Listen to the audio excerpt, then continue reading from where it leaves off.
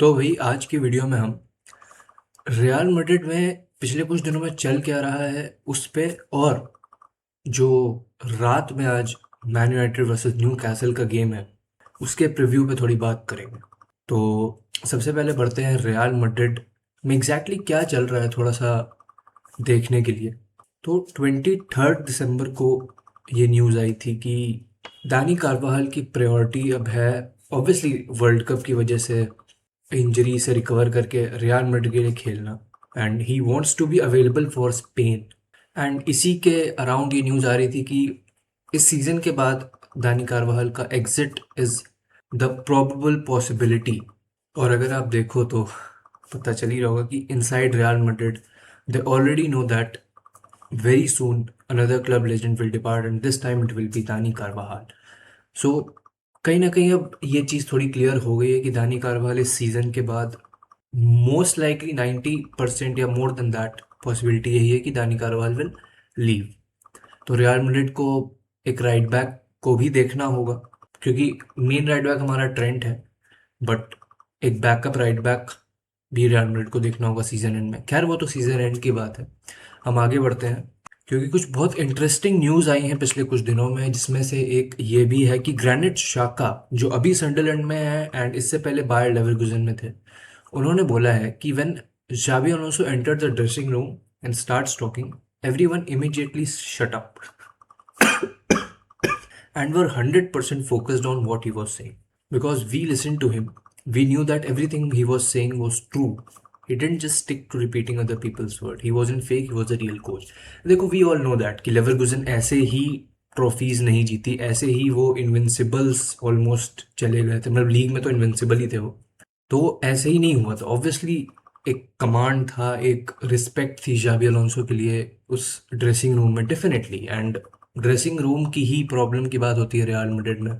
हमें नहीं पता कि उसमें कितनी सच्चाई है, बट कुछ तो सच्चाई होगी, क्योंकि कुछ प्रॉब्लम्स तो डेफिनेटली हुई होंगी। तो कहीं ना कहीं उस न्यूज़ में थोड़ी बहुत तो सच्चाई होगी।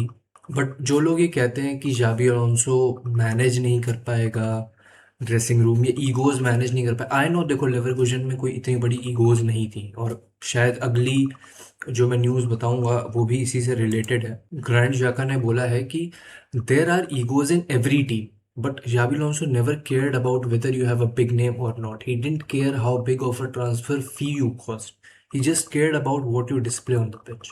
He wants you to see fight hard out there. If you do and you train well, he'll give you a chance.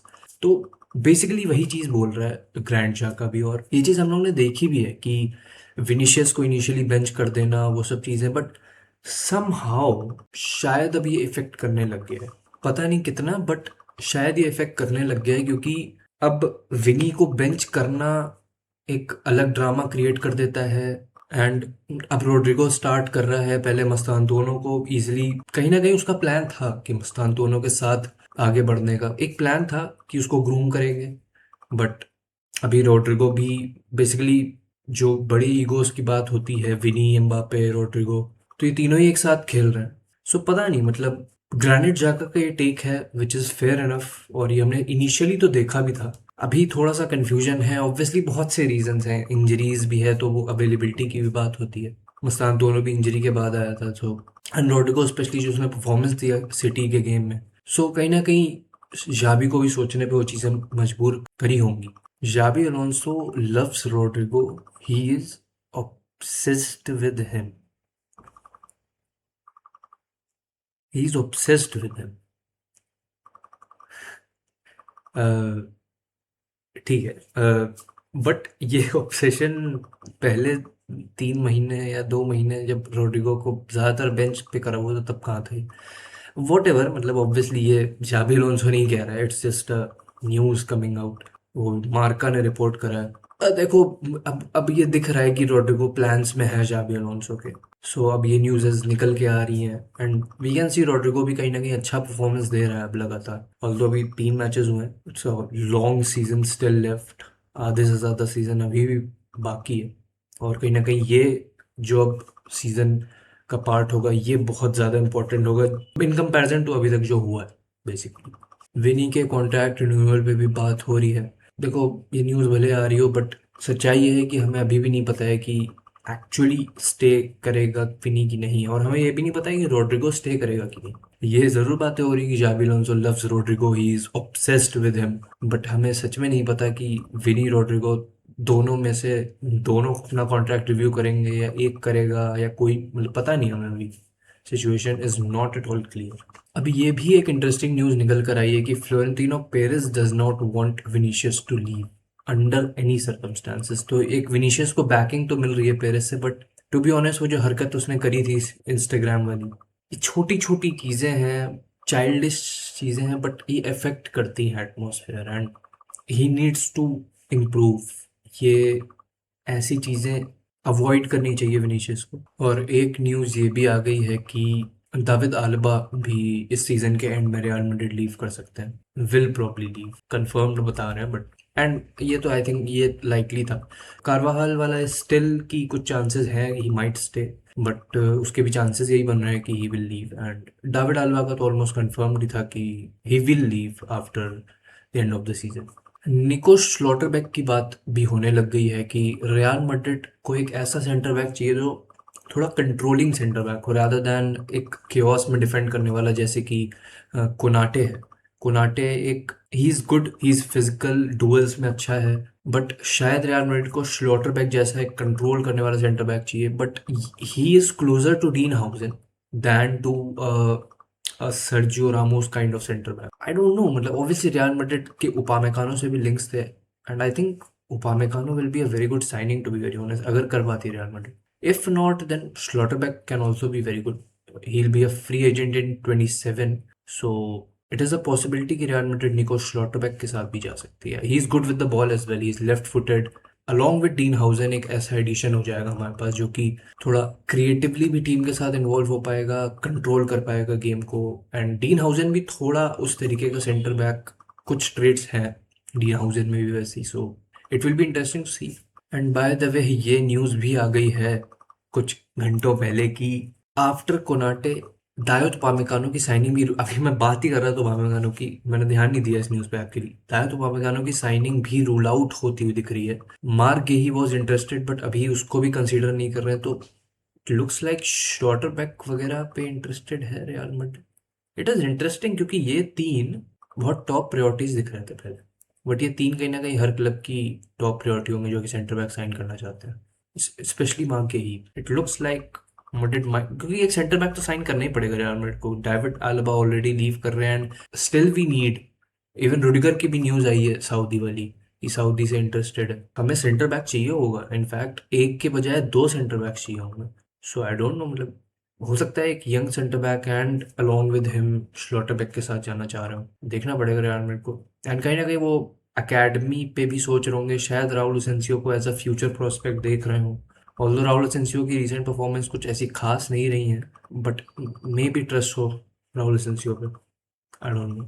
ऐसी कोई न्यूज़ नहीं आई, but I am just assuming, क्योंकि जिस हिसाब से बहुत नॉर्मल लग रहा है कि इन तीनों को रूल आउट करा जा रहा है, but real Madrid plays like that, they play with the media थोड़ा, सो वी नेवर नो। अब हम बढ़ते हैं Manchester United versus new castle, जो कि ओल्ड ट्रैफर्ड पे मैच होगा आज।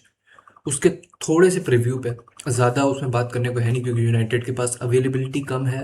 न्यूकैसल एक अच्छी खासी फिजिकल टीम है, एंड रिस्क मेरे ख्याल से नहीं लेना होगा यूनाइटेड को इस मैच में। अपनी लाइनअप के साथ उन प्लेयर्स को ही उतारना होगा जिनके साथ आप थोड़े कंफर्टेबल हो सकते हैं, ऑल्दो अवेलेबल ऑप्शंस भी बहुत कम है यूनाइटेड के पास। सो इन्हीं अवेलेबल ऑप्शंस को देखते हुए मैंने एक लाइनअप भी बनाई है जो कि न्यूकैसल के अगेंस्ट उतर सकती है, एंड उस पर थोड़ी सी बात भी करेंगे। तो ये है मेरी expected lineup, and I think United को इसी लाइनअप के साथ जाना भी चाहिए। Yoro Heaven and Shaw are very obvious centre back options, यही आपके पास मेनली अवेलेबल भी हैं क्योंकि आपके मैग्वायर, डिलीट ये सब इंजर्ड ही चल रहे हैं। इनके अलावा अगर आप देखो तो डियोगो डालो को मैंने राइट बैक पे रखा है एंड डोरगो को लेफ्ट बैक पे रखा है। हमारे पास मजराई, अमाद ये सब अवेलेबल ही नहीं है, so we can't go with anyone else. And back three पे ही देख रहा हूँ मैं इस lineup, not a back four, क्योंकि हमारे पास मिडफील्ड में भी डेप्थ नहीं है बेसिकली, क्योंकि उगारते भाई साहब हमारे, जो उन्होंने लास्ट गेम खेला था, उससे पहले भी खराब ही खेल रहा था, बट जो लास्ट गेम खेला था दैट वाज टेरिबल। एंड उसके बाद तो आई थिंक भरोसा तो नहीं कर सकता आप उगारते पे, going into a game against new castle जो कि फिजिकल टीम है। तो मैंने मिडफील्ड 2 में कैसेमीरो एंड लिसांड्रो मार्टिनेज को खिलाया है। लिसांड्रो मार्टिनेज ने last game as a DM खेला था and in the absence of Casemiro by the way, but he did well वहाँ पर। मैं ये नहीं कह रहा हूँ कि Lisandro Martinez is physicality resistant, क्योंकि न्यूकैसल एक अच्छी फिजिकल टीम है एंड मार्टिनेज थोड़ा इंजरी प्रोन है, फिर ऐसे रोल में खिलाना थोड़ा सा रिस्की हो सकता है, बट ये करना पड़ेगा क्योंकि आपके पास ऑप्शंस में एकेडमी के आपके फ्लेचर हैं। फ्लेचर को आप खिला सकते हो बट बहुत रिस्की होगा against a physical team, and जिस कुत्ते की तरह प्रेस करती है न्यूकैसल, तो वो चीज़ तो आप नहीं आई थिंक अफोर्ड कर सकते हो गोइंग विद यहाँ पे Fletcher. So I think Lisandro and Casemiro के साथ जाना होगा, क्योंकि लिसांड्रो लिसांड्रो आपके लिए कुछ बॉल्स भी अच्छी डाल सकते हैं। लिसांड्रो के पास वो एबिलिटी है, इवन लॉन्ग शॉट्स भी Lisandro can take well. And by the way Ajax में लिसांड्रो मार्टिनेज ने मिडफील्डर भी खेल रखा है, so he can do that job. And अभी क्योंकि इमरजेंसी सिचुएशन है यूनाइटेड की, तो अवेलेबिलिटी ज़्यादा है नहीं, सो आई थिंक ये मिडफील्ड 2 ही प्रॉपर मिडफील्ड 2 बन पाएगी इस मैच के लिए। इसके बाद देखिए जो मेन क्रिएटिव काम होगा वो कहीं ना कहीं हमारे माउंट और कूनिया पे होगा। शेस्को को बॉल डालने का काम डालो एंड डोरगू को भी करना होगा। They have to feed Sesko, and I think ये गेम ना ये शेस्को के लिए है। ये गेम ऐसा होगा कि न्यूकैसल भी एरियली अटैक करेगी and United should also try to attack aerially भी एंड यूज शेस्को की वो हाइट एडवांटेज, क्योंकि आई थिंक ये गेम शेस्को का होने वाला है। इस गेम में मुझे लगता है शेस्को या तो बहुत अच्छा परफॉर्म करेगा, एक दो गोल्स मारेगा, और या फिर बिल्कुल ही आई थिंक खराब गेम हो सकता है शेस्को का। आई थिंक ये ऐसा गेम हो सकता है। गेम में मेरी पर्सनल इंट्यूशन है and more than the intuition game sense के हिसाब से भी मुझे लगता है यही मैं एक्सपेक्ट कर रहा हूँ इस मैच से। यूनाइटेड को हमने यूजुअली देखा है कि यूनाइटेड जब डिफेंड करती तो दे डिफेंड इन 4-4-2 या फिर 4-4-1-1, और जब अटैक करते तो वो एक बैक थ्री फॉर्म करते हैं। तो यूजुअली यूनाइटेड का सेटअप ऐसे रहता है इन डिफेंसिव एंड अटैकिंग ट्रांजिशंस। सो अभी तक यूनाइटेड हमने देखा है कि प्रेस कुछ गेम्स में बहुत अच्छी करी है, कुछ गेम्स में टूटी रही है। इस गेम में जरूरी नहीं कि आप बहुत इंटेंस प्रेसिंग करो, but you have to keep your shape, you have to maintain your shape, main चीज़ वो है। सो आई थिंक ज़्यादा बात करने को है नहीं इस गेम में। मेन वीडियो कल की होगी जो मैच के बाद मैं डालूंगा, क्योंकि वहां में पता चलेगा कि एक्चुअली न्यूकैसल की फिजिकल टीम के अगेंस्ट कैसा परफॉर्म करती है, क्योंकि न्यूकैसल की भी एक प्रॉब्लम है कि वो कहीं ना कहीं वो एनर्जी मेंटेन नहीं कर पाते हैं पूरे 90 मिनट्स के लिए। They somehow drop off that energy, so वो भी यूज़ करना होगा यूनाइटेड को। चेल्सी ने यूज़ करा था, उन्होंने गेम ड्रॉ करा था न्यूकैसल के होम पे बाय द वे। ये यूनाइटेड का होम है तो United should play well, although availability कम है, but whatever availability is there I think United should try and win this game.